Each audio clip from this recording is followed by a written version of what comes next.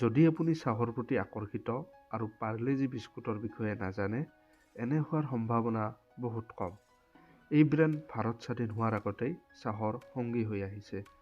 পাৰ্লে বিস্কুটৰ সৈতে মানুহৰ সম্পৰ্ক এনেকুৱা যে ইয়াক দেখাৰ লগে লগে তেওঁলোকৰ জীৱনৰ সৈতে জড়িত বহু স্মৃতি সতেজ হ'বলৈ আৰম্ভ কৰে।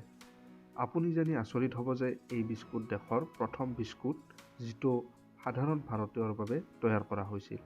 ভাৰতৰ একমাত্ৰ বিস্কুট পাৰ্লেজি, যি ৩ প্ৰজন্ম ধৰি অবিৰতভাৱে মানুহৰ প্ৰথম পছন্দ হৈয়েই আছে।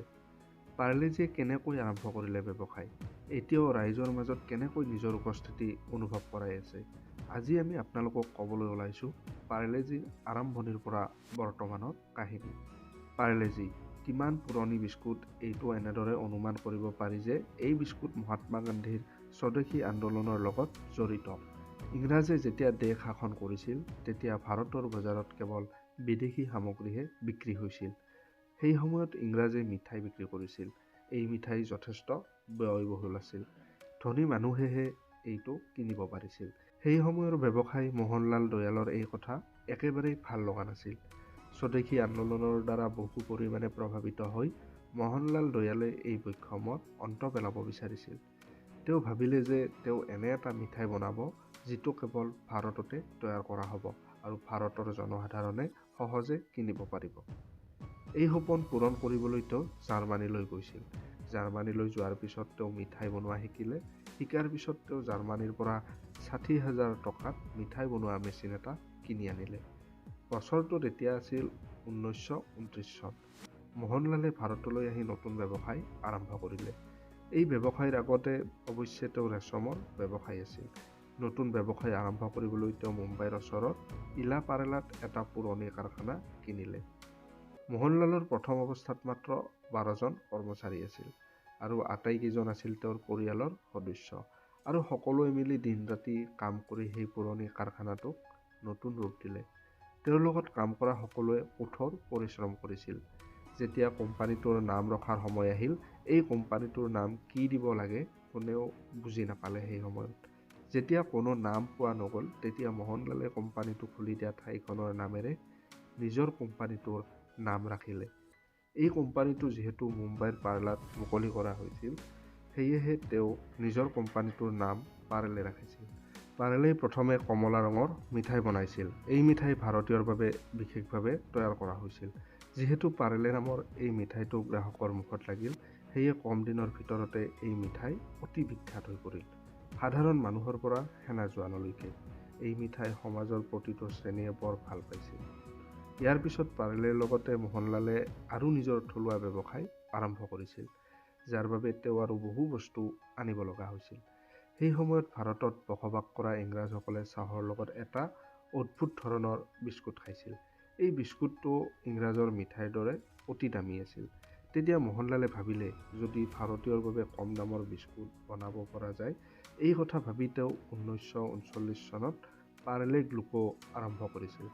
পাৰ্লে গ্লুকো আছিল ঘেঁহুৰ পৰা তৈয়াৰী বিস্কুট। ইয়াৰ দাম তেওঁ খুব কম ৰাখিছিল।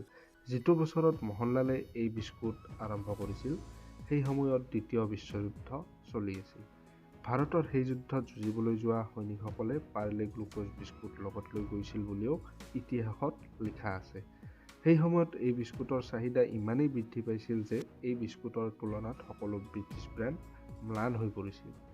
দ্বিতীয় বিশ্বযুদ্ধৰ সময়ত এই বিস্কুটৰ চাহিদা ইমানেই বাঢ়িছিল যে কোম্পানীটোৱে কিছু সময়ৰ বাবে উৎপাদন বন্ধ কৰিবলগীয়া হৈছিল। সেই সময়ত ঘেঁহুৰ নাটনি হৈছিল আৰু কোম্পানীটোৰ সকলো ঘেঁহু শেষ হৈ গৈছিল। পাৰ্লে সন্মুখীন হোৱা সমস্যাটো আছিল যে তেওঁলোকে উপযুক্ত ঘেঁহু আনিব পৰা নাছিল। দেশৰ স্বাধীনতাৰ পাছতো পাৰ্লে এই সমস্যাৰ সন্মুখীন হৈয়ে থাকিল। সেই সময়ত দেশৰ জনসাধাৰণে খাদ্যৰ বাবেও ঘেঁহুৰ নাটনিৰ সন্মুখীন হ'বলগীয়া হৈছিল। পাৰ্লেৰ উৎপাদন বন্ধ হোৱাৰ বাবেও পাৰ্লে গ্লুকোজ যি বিস্কুট আছিল, সেয়াও নাটনিৰ সন্মুখীন হ'বলৈ ধৰিলে। কিছুদিনৰ পিছত পাৰ্লেৰ এই সমস্যাটো নাইকিয়া হৈ মানুহে নিজৰ প্ৰিয় বিস্কুট পুনৰ পাবলৈ ধৰিলে। সেই সময়লৈকে এনে বহুতো ব্ৰেণ্ড আহিছিল যে যিবোৰে আগতে পাৰ্লে গ্লুকোজ কপি কৰিছিল। ইয়াৰ বাবে ১৯৮২ চনত পাৰ্লে গ্লুকোজে নাম সলনি কৰি পাৰ্লেজি কৰি ল'বলগীয়া হয়। নাম সলনি কৰি পাৰ্লেজিৰ জনপ্ৰিয়তা বাঢ়ি গৈ থাকিল। পিছলৈ ভাৰতত টিভিৰ বিজ্ঞাপন আৰম্ভ হয়, গতিকে পাৰ্লেজিয়েও টিভিৰ বিজ্ঞাপন কৰিবলৈ ধৰিলে।